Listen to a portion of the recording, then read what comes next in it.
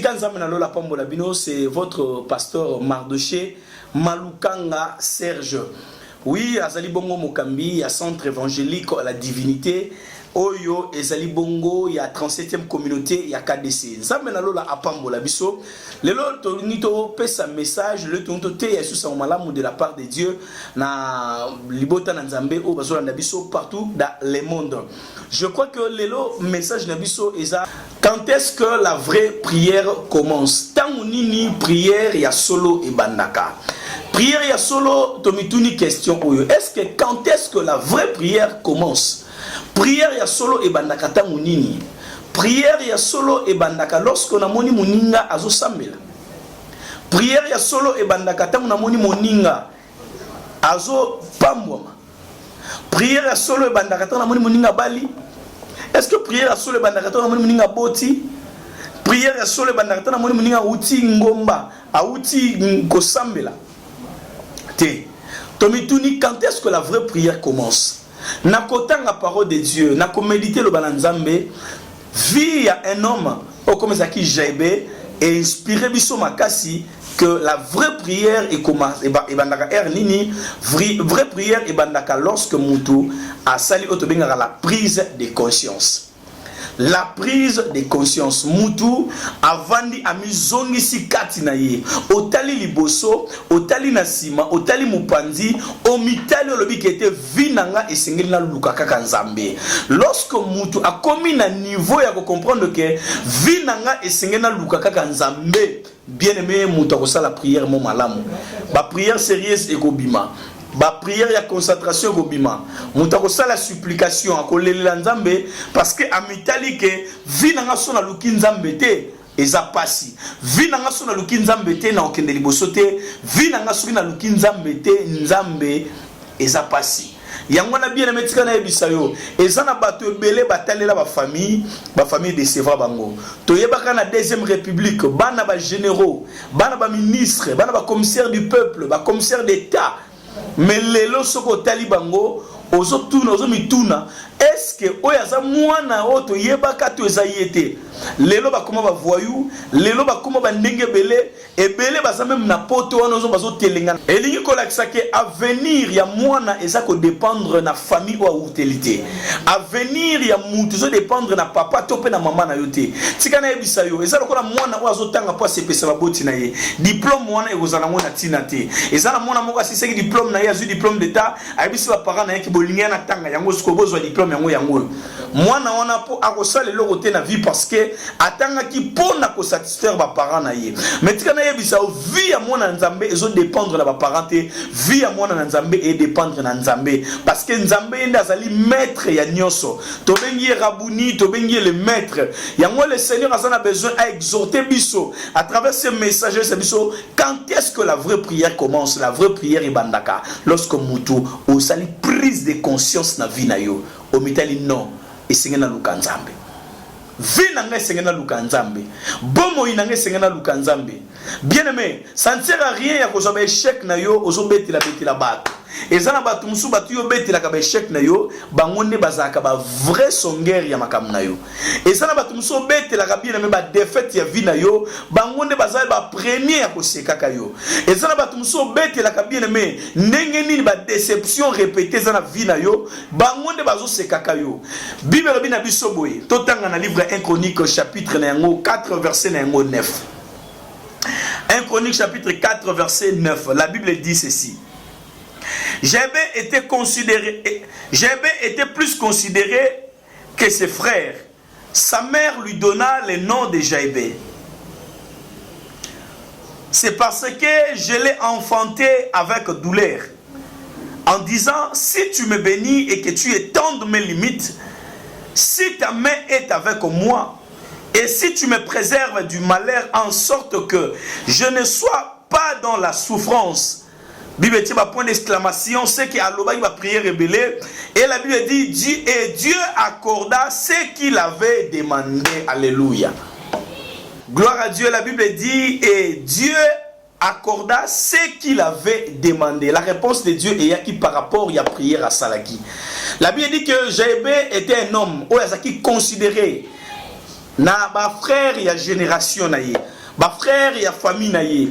Ba frère il était considéré. Mais prière neza ko tinda biso to comprendre que azalaki na ba besoin, azalaki na ba besoin ezaki ressent katina ye. Yango esalaki ke aye ba ko senga prière wana. Donc la prière à GB. La Bible dit que le nom de GB, ce qui est le nom de GB, pourquoi? Parce que sa mère a enfanté qui est, a beauté qui est, avec douleur, il y a un peu ça qui est comme GB. GB a mis toute une question Oyo. Ah Seigneur, est-ce que Nani Oyo ayoka qui passe? Nani Oyo azaki na douleur? Est-ce que Zanga GB to zaki maman nanga? Eza maman a botinga. Eza na batu mususu ba pesa e kombo mampasi. Ba pesa e kombo nzilampasi. Ba pesa e kombo parce que ba pesa e kombo par rapport ya circonstance oyo ba botelier. Ozana kombo ya circonstance oyo ba botelio yango esalike ba pesa yo pe kombo wana.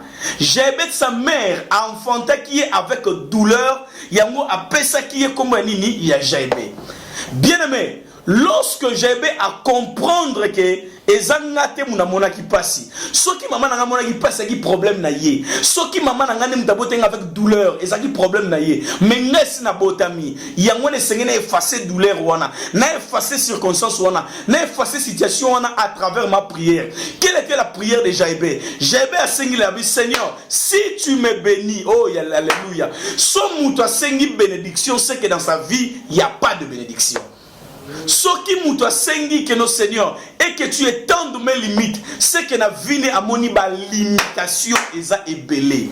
Tika na yebisa onde konanga. Ça ne sert à rien ba tu ba considérer le roi Jébé, mais yo moko ba pongi eza milai. Ce qui otuni ba leki nanga, otuni ba frère nanga, ba sœur nanga ba ko yebisa ke maman na biso bande ko bela sinusite. Soki mutu moka ye azaki na tradi praticien na mo soka ye atoboli ba mbuma na kizolo soka ti makile bimi e soulager akei au mona mukolo wana 2 semaines 3 semaines aza bien soki mutu bandi ko beta ye akovanda lali étalé na ciment à la pavement vandi mais et pona nini mutu ezobeta sinizite ezobeta so rime bandie somo. Mais un jour j'ai senti à moi, naibisi maman, olobarami ngaza muta sinizite, naibisi est-ce que sinizite doko kabona na ngote. Tango bota mabota mala sinizite. Eza maladie mukile te la tissu yango. Eza maladie bien men nature nem te la tissu yango. Eza maladie microbe de la tissu yango. Jésus-Christ nazo te ya yo, même microbe asili saka. Ceux qui malabeza maladie moza eza molili. Molili est pas encore là comme sango pole parce qu'il est la lumière.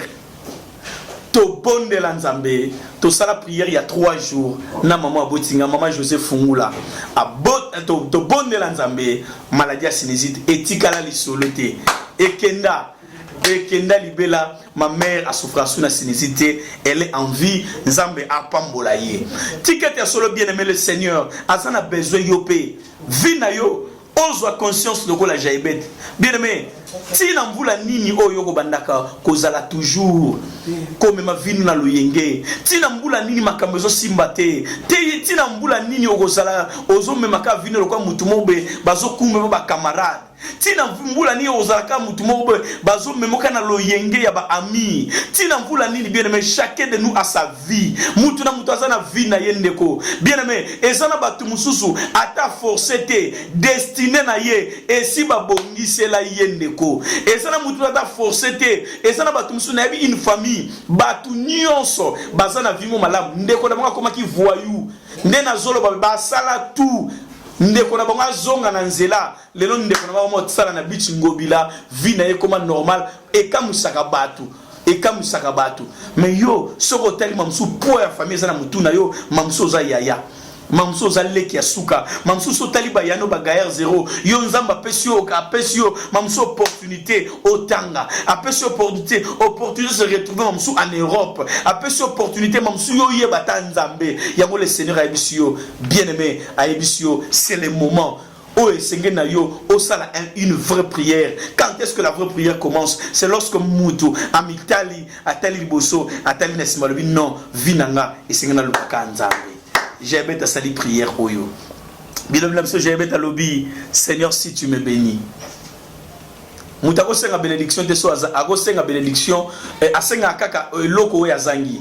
Seigneur, si tu me bénis. Bien-aimé, mamsou, yo peut prier, on a bénédiction. Sur la bénédiction, nous avons appelé ça la bénédiction. Alors, et que tu étendes mes limites. Mutu oyo vine eza limité eza lokola ntabo bakangi na singa. Ntabakangi na singa balukaga esika moko. Abalukaga esika moko. Vine comme lokola cercle vicieux. Ozobenga bandi balubaka ozako rond-point.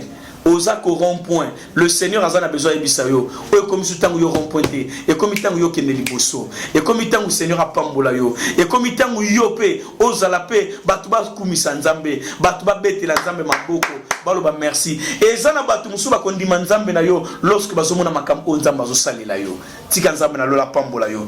Prière à Jabet musu alobaki et que si ta main est avec moi. Et ça n'a pas tout musuko azo kende ko lo sambo azo lele la nzamba zo grand Seigneur loboko loboko ho loboko ya nzambe mama lo loboko na yo etambwisa kanga atana tangwa pasi akotikanga te nyoso na kosala alongisa kanga yende azali nzambe nzambe na bolingo bien aimé loboko na nzambe sozali kona bomo ina yo loboko na nzambe ko batela yo likola kindoki ya famille loboko na nzambe ko batela yo likolo bien aimé batu musu bazoluka protection kotia ba kisi na se batu musu bazoluka protection batu bien aimé nganga koko kufa nganga koko choué nganga koko sayo na ba gris na ye menem so loboko na nzambe ba korompaka yango te loboko na nzambe ba kosaka yango te loboko na nzambe zaka mokuse te alobi na biso non ma main n'est pas trop courte pour sauver ni mes oreilles trop dures pour entendre vos voix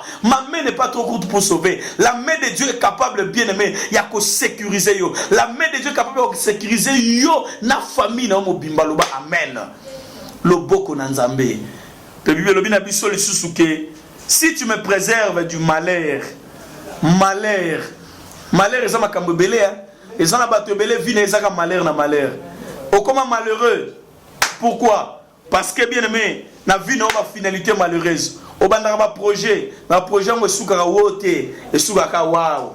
Et souvent lokola joueur azobeta balle joueur atoza bon joueur ataba benyo Ronaldinho ataba benyo soki joueur nini ataba benyo Messi mais sozo koma na poto ozo atteindre but na yote ozo koma na poto ozo betaka likolo bako finga yo même ba supporter bako finga yo parce que ozo atteindre objectif na yote est-ce que vie na yo pesa ba finalité malheureuse te ba malheur ozo bandalika mekoma na sukate o bandalika mwesila ka biente o bandalika lisolo na yo ezaka lisolo moko ezaka masolo sila ka biente le Seigneur azana besoin ça la prière le quoi Jaibet o le Seigneur na mitali nani oyo ya souffraki nani abotaki avec douleur et maman nanga gloire à Dieu ezangate ataba pesanga koma pasi mais au nom de Jésus ngana za muta pasi te ataba pesanga kombo ya souffrance ngana za muta souffrance te lelo na zoni make Jésus Christ a effacé sur la croix la souffrance alataki souffrance nanga po ete ya solo ngai na pambolama haleluya nzamba pambola biso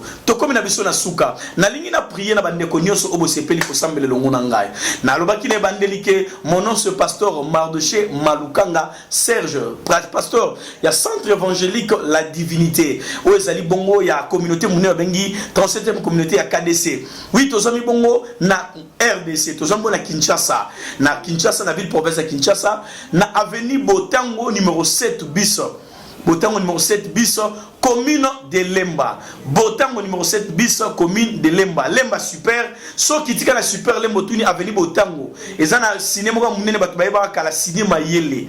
Okoti avenue wana la grande avenue et sika wapi nde okokuta et sika le centre évangélique la divinité ezwami. Boko benga biso na nzela ya singa plus 243 89 59 30 878 plus 243 89 59 30 878. Tous un bon on a ville province à Kinshasa, que le bon Dieu vous bénisse. Je crois que Batno Sobozo qui tient Kolanda Biso, Bobenga Biso. Bobenga biso ozali na ba moment ozo luka nzambe loboko na nzambe bien aimé loboko na nzambe e koma kabisika mutako komate même esika ozali ozoli na États-Unis d'Amérique ozoli na partout ozali tika na ebisa yo une seule prière et ko changer makambo belé na vie na yo le Seigneur aza capable ya ko bongola makambo belé na bomo na yo nzambe asaka makambo na bato onyo baza na foi na lobaka mutato tie foi devant un petit gamin mwana mukie o tie foi otie foi na nzambe na ye nzambe wana akobikisa yo na lingi moma ongana to sambela kanga misto sambela. Dieu Tout-Puissant, Père éternel, n'a pas su merci. Seigneur, je crois qu'éternel Dieu, tu es capable, éternel Dieu, de guérir, Seigneur. Batu nyo son zambe nanguya o baza, éternel Dieu, ba problème.